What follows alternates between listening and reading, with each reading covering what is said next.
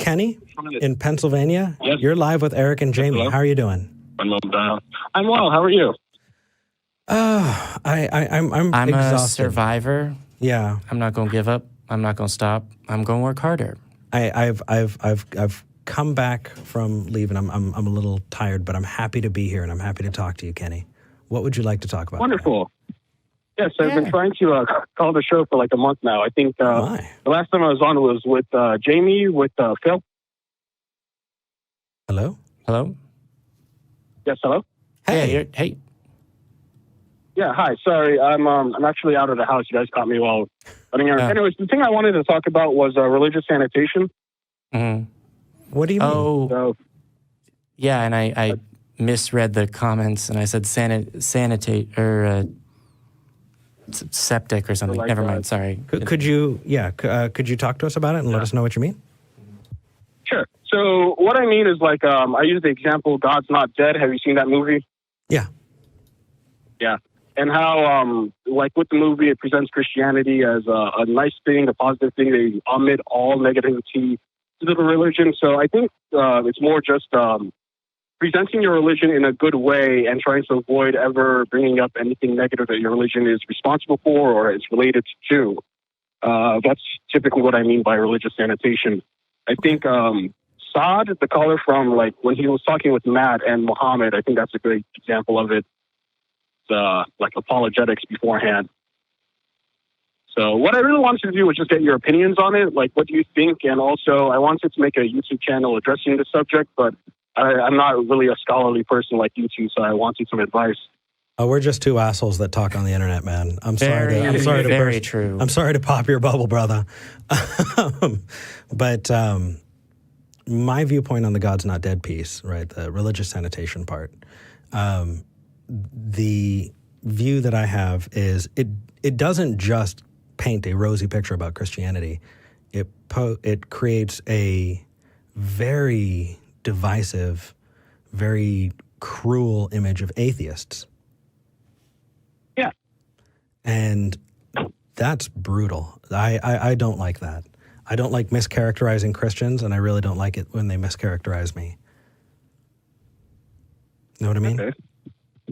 So I would say that movie has created a stereotype, or feeds into a stereotype where it is damaging to a group of people. I really don't like that. I would urge you not to use that as an example or as an exemplar of anything, but I don't think that's your point.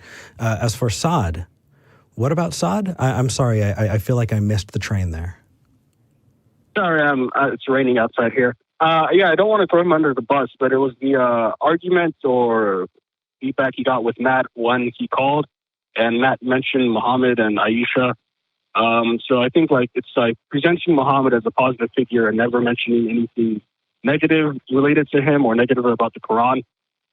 I'm sorry, I don't know Saad, so I don't want to try and... No, that's okay. Actually... He seems like a nice person. Well, Kenny, I am very happy to tell you that Saad is on our lines, and I'm going to merge these calls so you can ask him yourself. Okay. Saad, how are you doing? Hey, how are you? I'm good. Hello. So, Kenny, do you want to ask him your question? Yeah. So my question was about religious sanitation, presenting your religion as good, or just omitting any bad when talking about your religion. One example was God's Not Dead, or the chat you had with Matt a few weeks ago about Muhammad and Aisha. So it's like never mentioning anything bad Muhammad has done or has said or anything negative that the Quran... Basically, you're not trying to make your religion sound negative. Well, do you have a response for that? Yeah, I have. So if you ask anyone who's formed any religion, they're always going to first and foremost defend their faith and defend the founder of the faith, whether it's Jesus, Muhammad, or even Buddha for that matter. According to my beliefs, according to my Islamic education, Muhammad is the role model for all mankind. He was the perfect man. He's basically the manifestation of Quran on earth, the Quran on earth. So basically, it's like how when you go to school, a teacher teaches you a textbook, so you have to go to school, or you can just read the book on your own. It's always better to have someone teaching you that. So basically, Islam is what is basically code of life. The Quran is that book that guides you how to live your life in many ways. So I just want to ask a clarifying question. Can I ask a clarifying question? Yeah. I don't mean to jump in on top of you.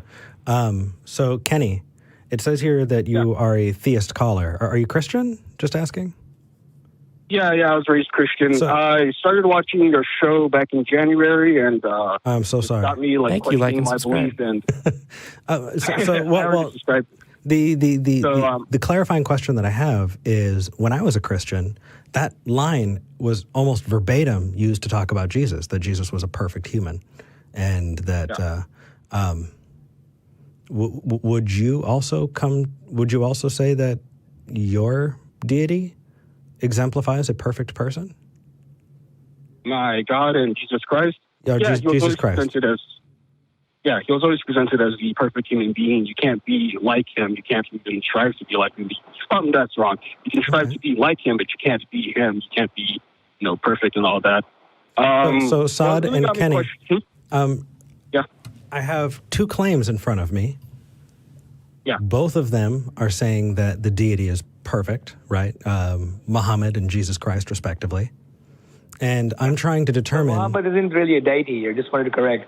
Muhammad was just a prophet. He's the prophet. Okay, sorry. He never said he was God. Thank you. I didn't mean to misrepresent that. I'm just saying that the claims that are given is that we have two examples of a perfect person, right, that are exemplars in your respective holy books.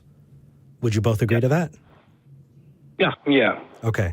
How can I determine which one, if any, are true? Saad, you've been sitting on the line for a while, so I'd love for you to go first. Sorry. That's all good. I can go first. Basically, I've studied the parts of the Bible, and I've studied the Old Testament, the New Testament. So in both, and I've also studied the Quran. So basically, having read all, and then I've spoken to religious scholars, having spoken to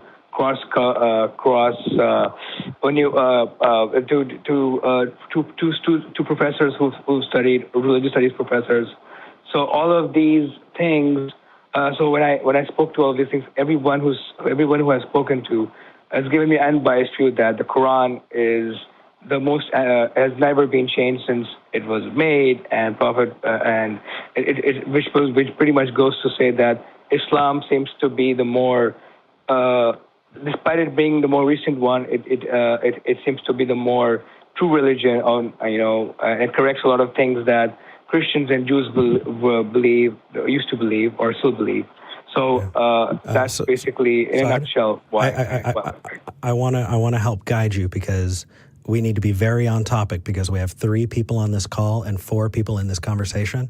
And so I want to make sure that we're as laser focused as we can be, because we can go down a lot of rabbit trails right now. Right? Okay, sure. So I get that. And what I got as an answer that I took away from it is I studied the other holy text.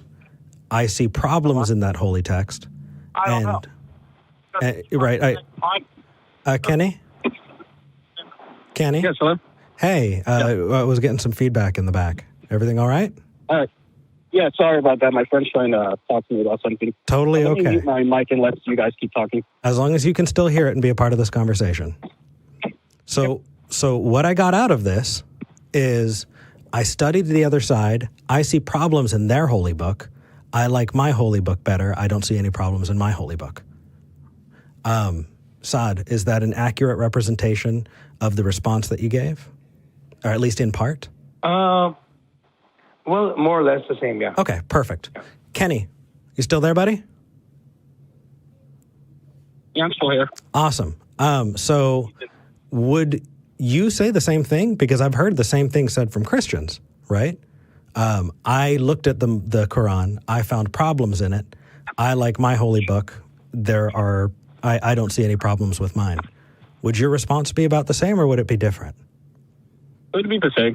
Okay, so it sounds like I still am no closer to finding out who's right, huh? No. Yeah. And so that's why whenever those arguments come up to us, to atheists, why we're not convinced. Because there's more people in this conversation, and we're not trying to be evil or denigrating. We're not trying to put our fingers in our ears. We're genuinely trying to understand what is true.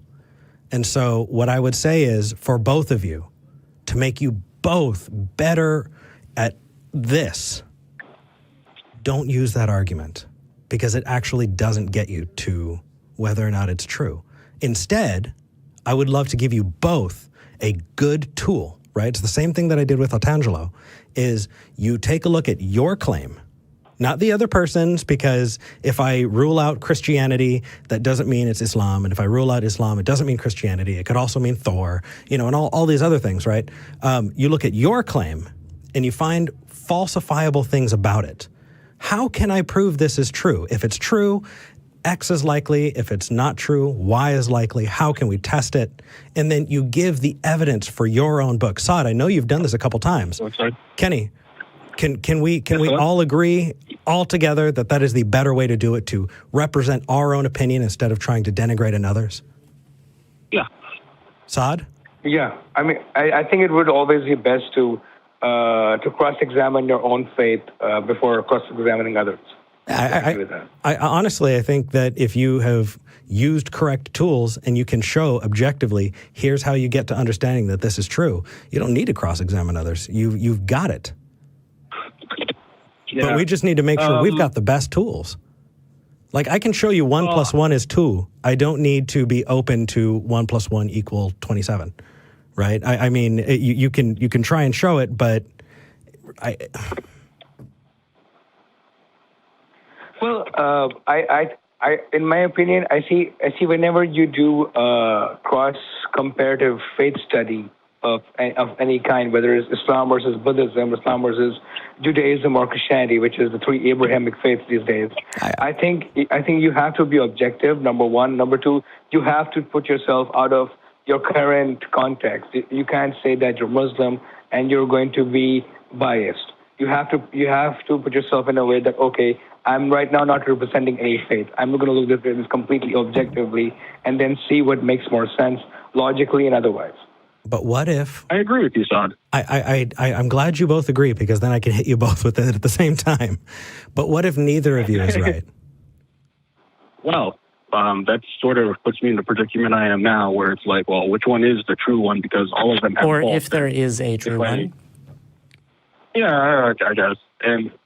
And they all seem to... Okay, so, like, I was raised to believe that the Bible is true, 100% true, and there's no incoherencies or wrongness in it. But I think with R&R, I was watching his thing. He mentioned the flood story, and I was like, wait a minute. This doesn't make sense at all. Or, like, with the... I think Matt does the slavery thing where it's wrong, and how does God know it's wrong, but then never says anything about it. So I was... those are, like, the main arguments for me. Sorry if I'm getting off track. No, you're wanting to share, and what that's telling me about both of you, Kenny and Saad, is that there's a respectful, honest, open dialogue where all people involved are willing to be open to the evidence. This is what it looks like, ladies and gentlemen. This is what we need to have more of, because what the call was with Otangelo is very different from what this call is now. Unfortunately, we do have another caller on the line, but I just want to thank both of you from the bottom of my heart. These conversations we need to have more of. I hope to hear from both of you in the future. Thank you. Yeah. Eric and Jamie, will I still get another chance to be on the call, or this is goodbye for this week? We're right toward the end of the show, and I have one more person. And Saad, I want to give you a lot of time. You have great conversations, and I don't think it would be fair. I'm sorry, buddy. Thank you so much. Thank you. Take care, both of you. Well, have a hook on me. Will do. Take care. Oh, Saad, before you go, happy Ramadan. Hey, happy Ramadan. Happy Mother's Day. Yeah. Is it a happy Ramadan or a solemn Ramadan? Muslim, listeners and the callers and everybody who's listening to the show. Thank you. Cheers. Bye. Yes. All right.